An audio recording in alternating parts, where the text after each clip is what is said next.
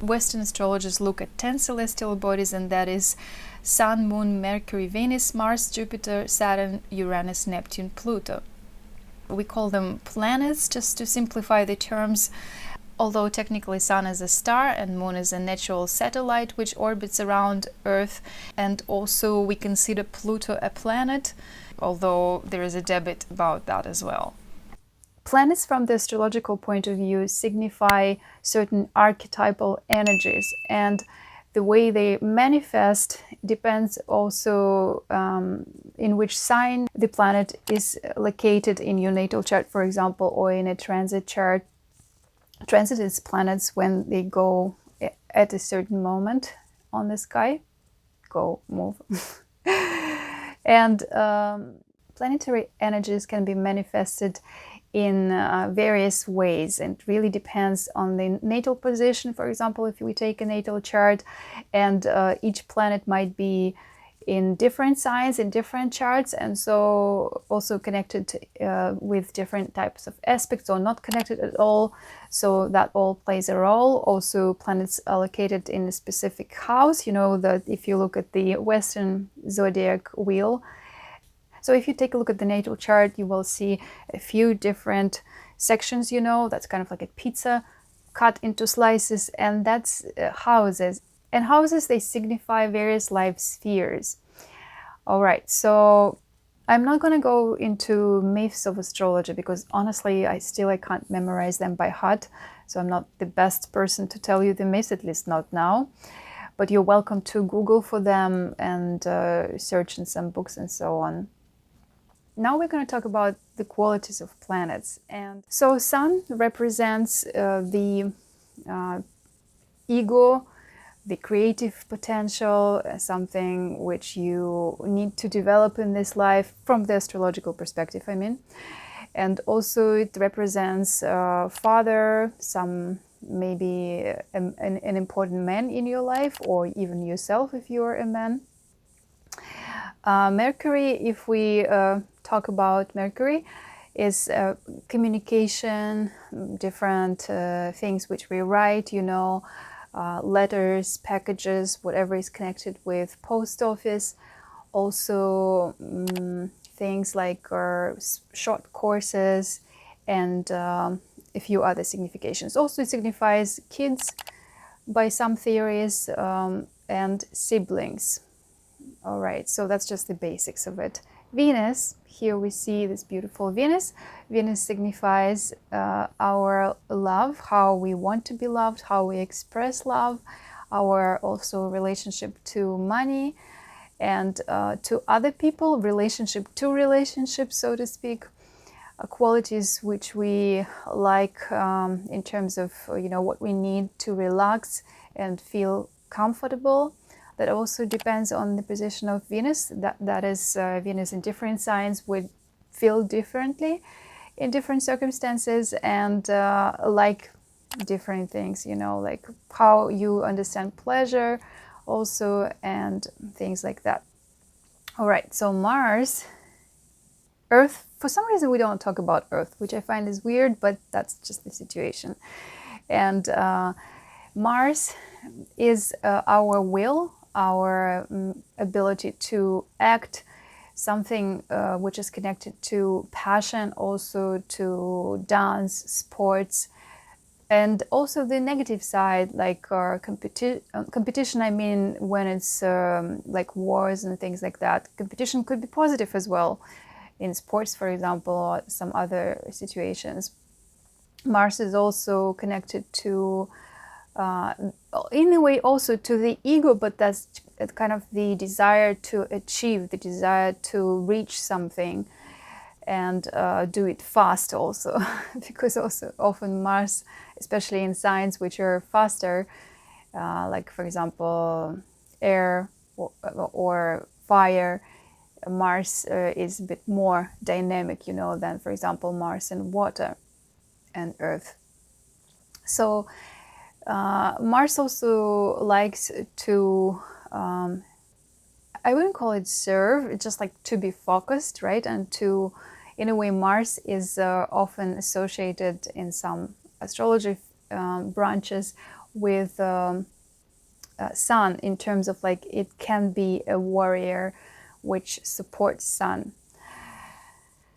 Mars also signifies focus, and Mars signifies something like aggression, violence, unfortunately, and things like that. So when people want to conquer something, like a warrior who wants to possess, and in a way Mars also signifies possession, which is you know, like in relationships, jealous people would have like a more acute Mars energy. And well, Pluto also plays a role here, but overall it's just Mars is some kind of archetype which finds difficult to stand still and to just be passive. So Mars retrograde usually is not like the best ever time because for those who like to be active and proactive. However, it also has its own benefits. It's a different subject. So now next one is Jupiter, this beautiful glowing planet, as some people say. And Jupiter is very pretty as a planet, and it's associated with abundance, expansion, growth, and spiritual growth as well. It could be material as well. It depends also in which sign Jupiter is. In general, Jupiter kind of wants to grow everything what is approaching it, you know, and at times it's not necessarily the good thing. So on Jupiter transits, for example, some influences of Jupiter, there could be also some challenging things happening depending on your chart.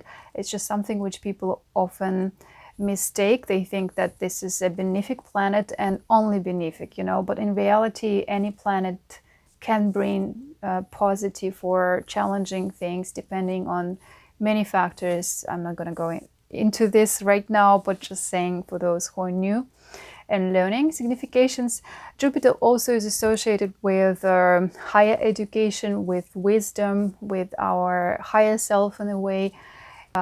So also people of Jupiterian professions, they would be connected to helping others to find their role in life, you know, like to find their true path. Also, Jupiter can be associated with something which is luxury and maybe even sweets and exotic things, something which is connected to different cultures. Of course, I should have mentioned it in the beginning, and also various, how to say, countries maybe which are a bit further than the neighboring countries, okay? So, for example, those who study astrology, locational astrology, they know that Gemini and Mercury, which is significant of Gemini, is associated with neighboring countries, whereas Jupiter is a country which is quite foreign, so it would be very different from yours. Jupiter is associated with luck, with opportunities, with various learning opportunities as well, and some kind of seeing things beyond their traditional, you know, narrow meaning. Jupiter helps us see something which is beyond that. So Jupiter also signifies our teachers, people who come into our life and help us grow and develop. So I think that's an important signification as well. Also, Jupiter is international trade and things like that. So I might add some more meanings on the screen if I feel it's needed. And then, so what else? So if we talk about Saturn here, Saturn and also Mars and Pluto are often associated with malefic planets, unlike Venus and Jupiter, for example, which are considered to be benefic planets. That's a totally different topic and also debatable to some extent. But what I want to say is that even though Saturn is very pretty and actually interestingly consists a lot of gas, although it's considered to be kind of like heavy energy if we talk about what it represents in the natal chart. So it's something which is more, you know, like strict, some kind of rigid structures, and also in real life it can be connected also to business skills, to ability to build and construct, you know, also ability to solve something with logic and be consistent. Consistency is a very good trait of Saturn, I think, which is needed often in life. And lately, when I started having quite intense Saturn transits and different influences in my prognostics, you know, on my natal chart, after Pluto Saturn conjunction especially, I started feeling actually that I need to connect more to Saturnian energies, that I need its help right now to go for that. So maybe you now also need help of Saturn specifically to, I don't know, to find its positive side, rather than only blame it like Mercury retrograde. That's just Saturn or Mercury retrograde.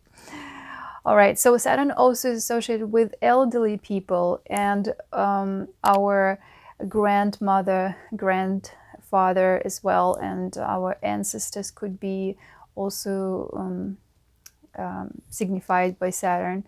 So in a way, what I want to say, so that's basically, if we compare it to Jupiter, Saturn would be kind of the opposite of Jupiter, but in some ways, right? So not in everything. Although, who knows? You know.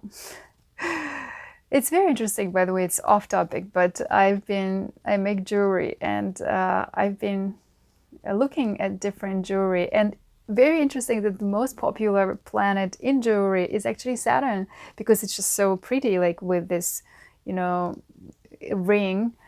And I wonder, how would it feel to wear Saturn all the time? I don't know, maybe I should try. But just saying that, interestingly, Saturn is very popular in jewelry for some reason. Okay, so the next one is Uranus. And Uranus, or Uranus, there are different pronunciations. There's a debate about it. So just for those who are not familiar with Vedic versus Western astrology, Vedic astrology stops kind of like at the Saturn, you know, and it doesn't go further than that. So they do not take outer planets, the so-called outer planets, into consideration, whereas Western astrology, and especially evolutionary astrologers, we love talking about outer planets as well, interpersonal planets. And I think they do influence, but again, like, you never know, like, it's hard to separate what you've learned from others from your own experience sometimes, because it's sort of based on what you've learned. So what I encourage you to do is just to observe on your own various trends. This is the easiest to observe. You can find it online also, and see how it influences you. So Uranus here after Saturn is the first outer planet, which we cannot see with the naked eye. At least, you know, I don't even see the smaller ones, honestly. But as they say, we can't see them. And it was discovered fairly recently. So it's not as researched yet as some other planets by astrologers of different centuries. It's still noted that it makes quite a big impact on social events, especially. And so Uranus is associated with rebellious energy, something which is explosive and non-conformistic, I guess the term is. So basically, it wants to break those rules which Saturn set. And in a way, it's kind of like the next planet. The neighboring planets, like neighboring signs, they do not resemble each other, although they might have some common traits, but in general they're quite different. Uranus is something which brings like genius ideas, right? So unexpected and kind of like aha moment, you know, that's Uranus as well.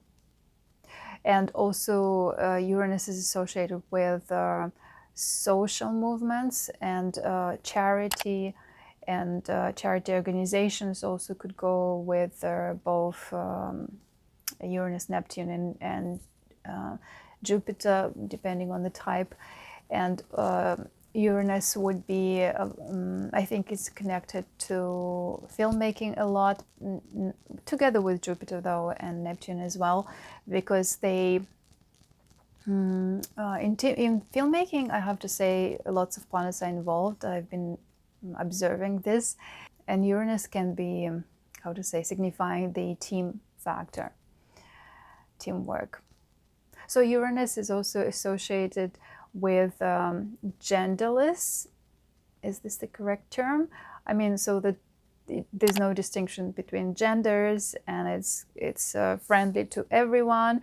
And LGBT people would go with Uranus. I mean, they would be associated with planet Uranus. I mean, according to some theories, like it's not confirmed, but overall, in general, Uranus also is teamwork, and of course astrology, some kind of psychic abilities, especially those which you get fast.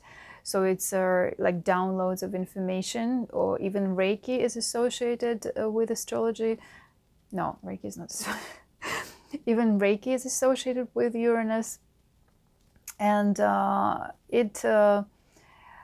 it brings revolutions. It's considered, at least can influence. Also, unfortunately, it is also can be the trigger of earthquakes, volcano eruptions, and acts of God. It can act as a very fast catalyst of some events. Also, on like with Uranian, with Uranus transits, things happen really fast. And you know, to notice that, if you remember 2016-17, when your Uranus was changing signs from Aries to Taurus, you probably noticed that some of your friends and acquaintances, they had some drastic changes, probably even unexpected changes. Like, for example, a marriage would, you know, be terminated, or someone would leave, or like unexpected job offer, or you have to leave unexpectedly the job, and things like that. So also moves, and something connected to nutrition maybe. So that's just like what happens often with Uranus transits, that it just make things fast. I think I jumped to another topic, but anyways, actually I was planning to talk about a different subject, Mercury retrograde, and before I wanted to do a ukulele review, but somehow I'm on Uranus opposition, so I jump from one thing to the other very fast. I'm already tired of that, but that's what's happening. Anyways, I plan to do shorts with that, and horizontal format is hard to get into shorts, and it doesn't really sound short, but okay. Back to Neptune. So back to archetypes. All right, so the next one is Neptune. Neptune is the planet which is the most mystical, mysterious, and enigmatic, you know, and also kind of like ambiguous, I guess. So it's associated with whatever artistic abilities, with all types creative, or, you know, fields. And even though Uranus can be also associated with some design and some creative professions, but Neptune rules music, arts. Also Venus also rules arts, and Neptune is associated also with something more negative. It's addictions, and also it can be both chemical addictions, or maybe even to some extent could be food and some other things, but in general, whatever addictions, it's associated with Neptune. So Neptune also is charitable organizations, and it's basically something which is borderless, something which is divine, you know. Neptune is associated with things which have no borders. So it's like, for example, an ocean or big sea, you know, something like limitless potential, or love which has no borders, you know. Dance is also associated with Neptune, and various altered states which people are trying to achieve one way or another. And they could be both positive and even healing, because Neptune also stands for healing. However, some of them could be destructive, so as some types of addictions, because Neptune also signifies addictions.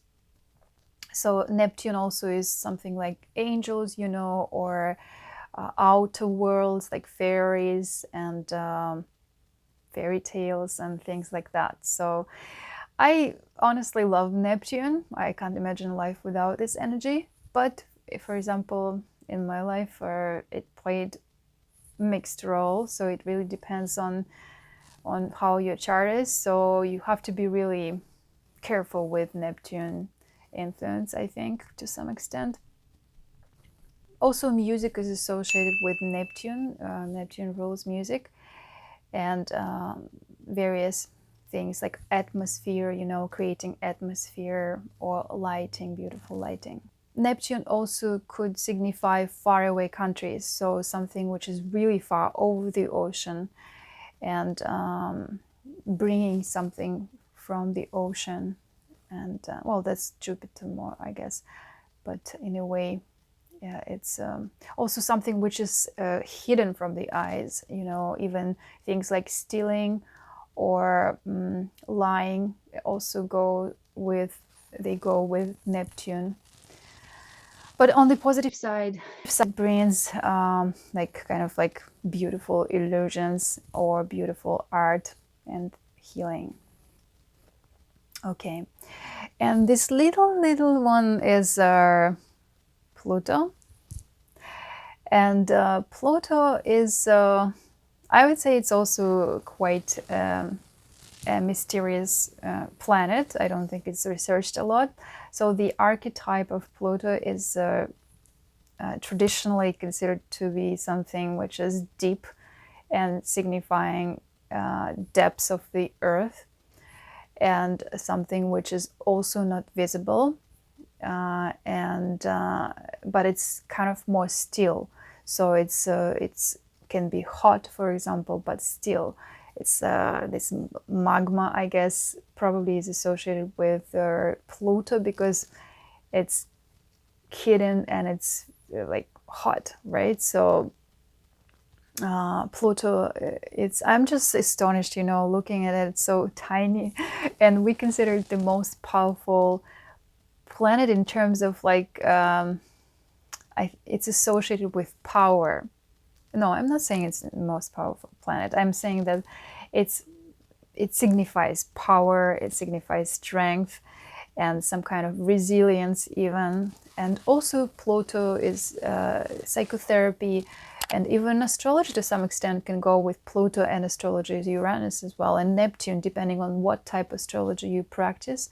For example, I'm a psychotherapist, so to me, astrology has psychotherapeutic side as well as Neptunian and Uranian, right? So Pluto is also resources of the earth and things like that. So it's money, it's competition, which is quite intense and maybe hidden, you know. Like Mars is quite open, like it would show if it's competitive, or like you know, like Aries energy. But Pluto is associated with Scorpio, and it's the second ruler of Scorpio, together with Mars, which is the first ruler, traditional ruler.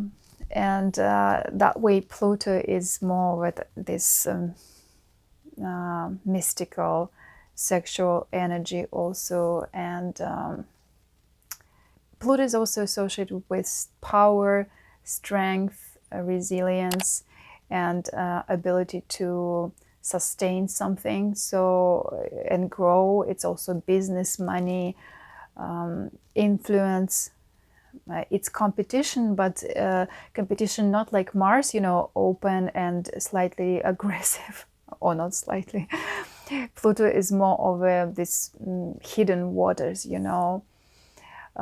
You might not even know that someone is competitive with you if they're very Plutonian, just because they wouldn't show it that obviously. So it's interesting actually, if you watch YouTube and you know many vloggers, I can notice, for example, quite fast which people have more of a Uranian energy and which have more Neptunian or Plutonian, because some of them do it's combined, but oftentimes you, if you experience in astrology, you can tell which energy the person possesses more. Okay, of course every chart is you know, has various combinations, and it's interesting in some way.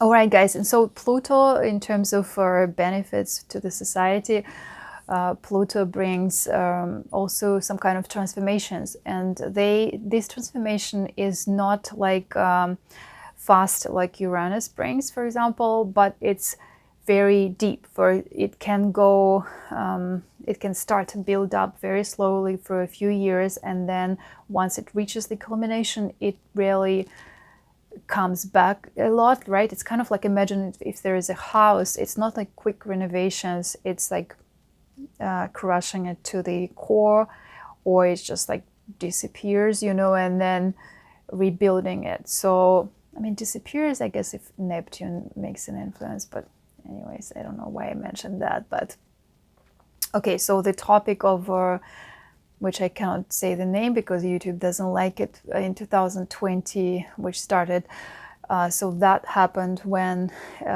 Pluto was conjunct with Saturn, and also Jupiter joined them there. So the whole year there was this complex, crazy dance of these huge planets, you know. And if you want, you can watch my video about Pluto-Saturn conjunction, and I show in it how to locate any transit in your chart. So watch that video, you might learn something from it as well. All right, so that's my story about the planets for today. I am really, I don't know, I feel special in that company. I've never seen myself like this, and it kind of feels like I feel the power of sun so much. I'm slightly intimidated, but still. And okay, so you might ask, where is the moon? Like, what about the moon? It's true. For some reason, it's not shown here. I don't know why, but because it's not a planet, right? So it's luminary. But let's talk about the moon. I can bring maybe another slide. So let's talk about the moon now. A moon, look how beautiful it is here, right? So moon is not a planet, it's a Sputnik of Earth. I forgot the term in English. So in astrology, moon is known for its fast movement. So we also call it a planet as sun as well, just to simplify the terms and not to be lost in different terms.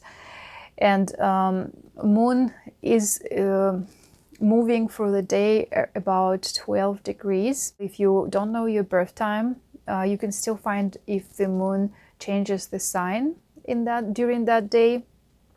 And if it's not, then you can already work with it and use it in the natal chart. If it changes the sign, it's quite a significant thing for astrologers, and it's great to rectify your chart if possible to find out if the moon is changing the sign. Now we can talk about the moon's qualities. So moon signifies women in life, important women, especially your mother, your sister, and also how you are yourself as a mother if you're a woman or someone who can give birth. And also it can show your nurturing side, also what kind of food is good for you or what you like to eat, although Venus can show that as well. But moon in general like is our part of our not necessarily ego, right, but our for some reason I decided to change the ring when I talk about the moon, because this is abalone stone and I feel like it suits better than my ring with the, the skull. Moon also signifies your inner child and your needs, your instincts and things like that. So let's say if you have a moon in Aries, you would want different things than if you have moon in Cancer, for example, because moon in Cancer needs more nurturing, more understanding, it's more vulnerable, whereas moon in Aries is kind of more straightforward, just want to get things done fast without thinking too much, and it's different. So in that respect, just to go a little bit deeper for you to explain how things work, if your sun is like mine, for example, is in Aquarius, and it likes freedom, like friends with all people and different, like scientific research and things like that, something unusual. And my moon is in Virgo. It's a totally different story. Moon in Virgo is very, how to say, like detail oriented and likes things organized, but as Aquarius is very messy, can be messy, so like he likes freedom. But Virgo moon likes, things good. So I have a constant conflict with that. For example, it's a little bit off topic. I just felt like sharing a personal experience. And they are in conjunct, actually.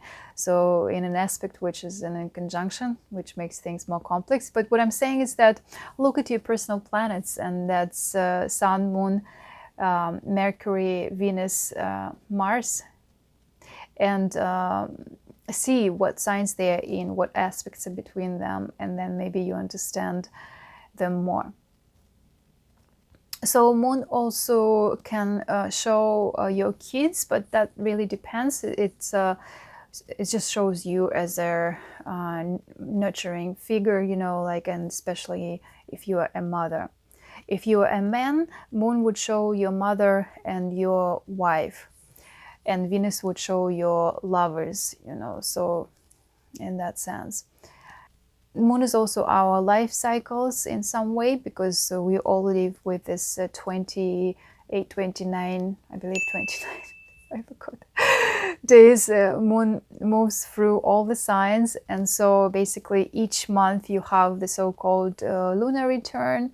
And it's very interesting, actually. I did recently for myself and also for my family some research with that. Very, very, very interesting. It helped me actually to choose the date for a surgery. I'm not a professional electional astrologer at this point. I work with psychological astrology and locational astrology mainly. But I used lunar returns, just like did some research on that, and it's amazing, like just observe the moon. And also another thing which I would recommend is to take a notice of eclipses and where they fall into your chart, or maybe they don't fall, so it depends. Actually, I have a video about eclipses. Feel free to watch it as well. Maybe I'll put it to the screen to connect. And in the description, I show there how to find whether an eclipse will be significant for you or not. Okay, so I feel somehow here very good near this starry sky and the moon. For some reason it's so beautiful, even though full moon is not like easy energy, but it feels quite nice with the tree. Interesting. Like our video therapy here going on. I will continue the series of talking about different topics. Once in a while, astrology is an interesting subject and quite popular nowadays. Hopefully within 1 or 2 years I'll prepare a course for beginners. If you're interested, you can message to me. I can put you on the waiting list. And feel free to also suggest what you want to learn. If you have some ideas for videos or you want to suggest something for the channel, you can message to with the link. It's lifeandglow/ask, or you can choose to fill out the feedback form. I'm always happy to hear from you. or in the comments. Which planet you resonate more with, let me know, and I look forward to reading your comments. Alright guys, so that's what I wanted to share with you. I hope you learned the archetypes today, and if you know many more significations, please share in the comments. Let's learn together. And actually there is a book which I like on Amazon. I purchased it. I'm gonna put a link in the description. I will include some links in the description and feel free to check them out. Thanks so much for your support in advance for the channel, or if you purchase something with affiliate links on Amazon, I might get a tiny commission usually, and that can support the channel as well. Thank you for watching the video. Share this video, like and subscribe. Stay well. Why do I say all the time in the end, my name is Tatiana? Maybe you already know.